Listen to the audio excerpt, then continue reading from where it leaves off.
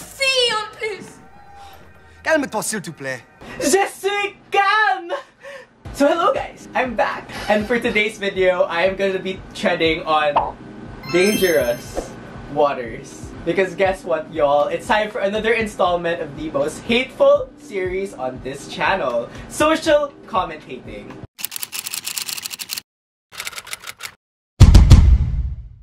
Basically, it's where I provide commentary on things that I hate.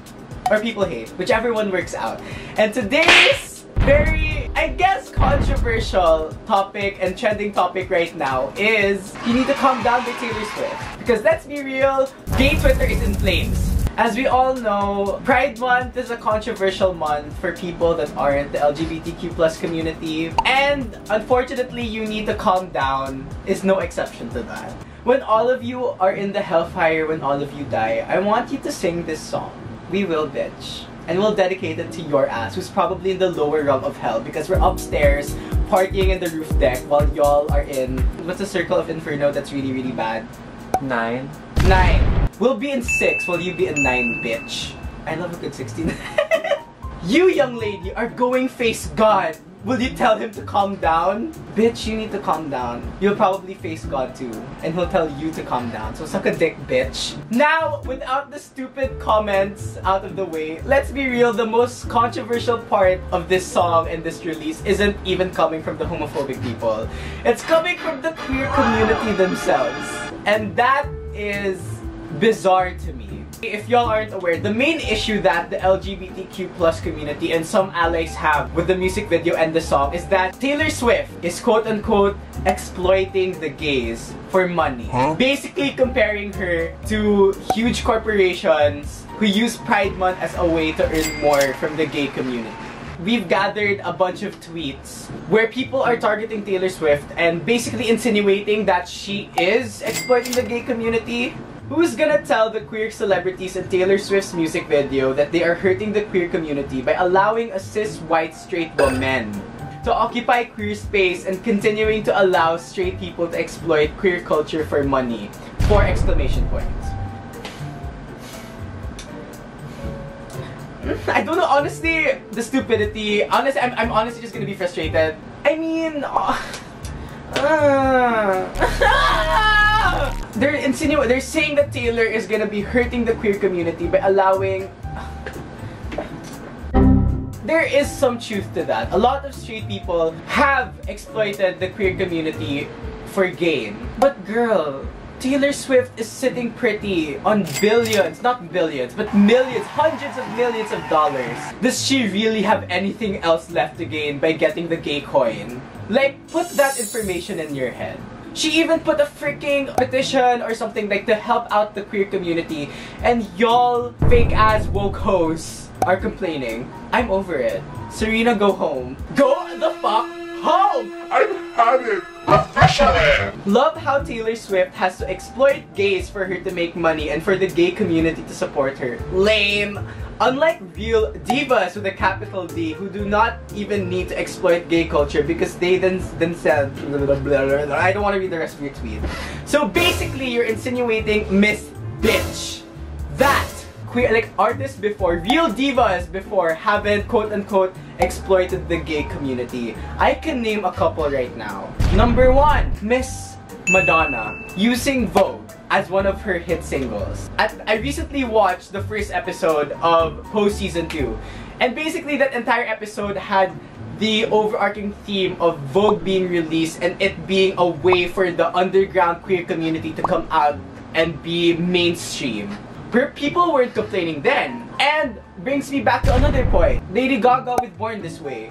When that shit came on, every queer person in the entire universe was celebrating. The people that were against it were the straights and the cis people who were homophobic and weren't allies. Honestly, if that happened now, would people be complaining? You know, that's the thing. My problem, and I'm pretty sure it's not only my problem, as time has gone on, people have gotten so freaking sensitive and have resorted to victimizing themselves and the community that they're a part of for no goddamn reason. If you take that incident in that period of time and bring it into today's context, the fake woke people will be like, oh my god, Madonna is trying to pander to the gays. Lady Gaga is gay baiting for the queer coin. Oh my god! They are such horrible...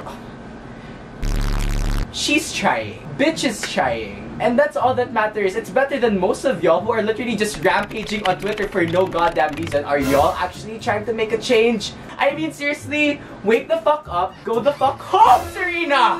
Next! Gay people aren't props for self-obsessed pop superstars to exploit and turn into cultural currency. Taylor Swift's new marketing campaign is exploitation, not allegiance.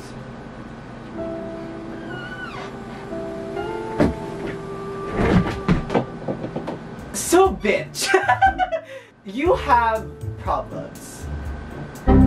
Next tweet.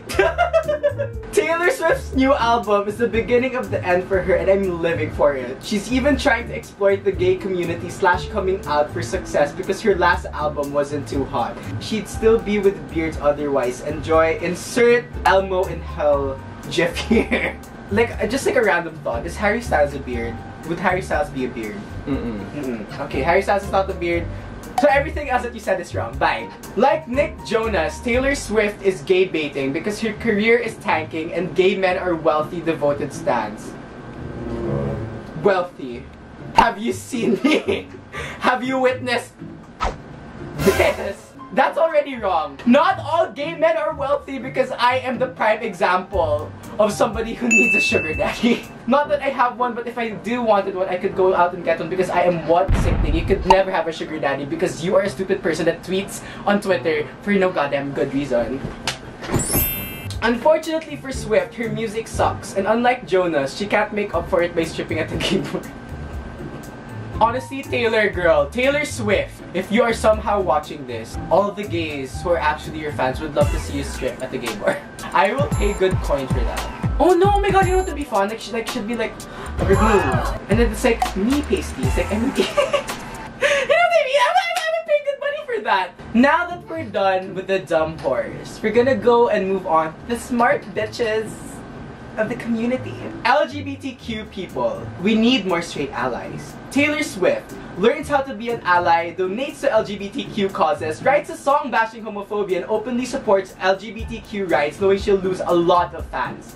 LGBTQ people, ew, not her. We hate her for no reason, so she's exploiting us. Oh my god, it's by Jade. So what? Guess what, bitch? Get her Jade! Just because you hate Taylor Swift doesn't mean that she's exploiting the LGBTQ community. She doesn't need to exploit us. She has the fame, yes, T. She has the money, yes, honey. And the relevancy, hallelujah, God, okay! She's doing this for her LGBTQ fans to let us know that she hears us and supports us, not for personal gain. And that's the tea with Tati. Because the reason why I wanted to make this video and the reason why I thought it would be a good idea to make this video is because I watched Monet Exchange's Exchange Rate episode. I think it's the latest one, where she briefly brought up the topic of the queer community hating on this. And I stand fully with how Monet views everything. The main point Monet made was, y'all be complaining back then that she wasn't open about it.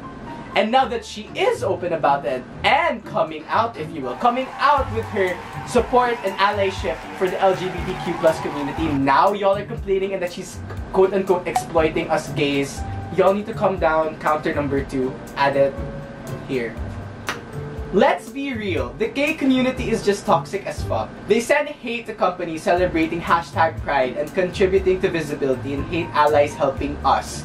Taylor Swift 13 is a true ally and literally spearheaded equality legislation but gets labeled rainbow capitalism. And honestly, I highly agree with this. I'm gonna calm down, no pun intended, for this part of the video. My problem with Stan Twitter, or it's like that concept of cancel culture, is that people are so quick to find issues where there are no issues in the first place. People be canceling people left and right. People be canceling people who don't even deserve to be cancelled. And it's so frustrating that Taylor Swift is getting flack for genuinely being an ally.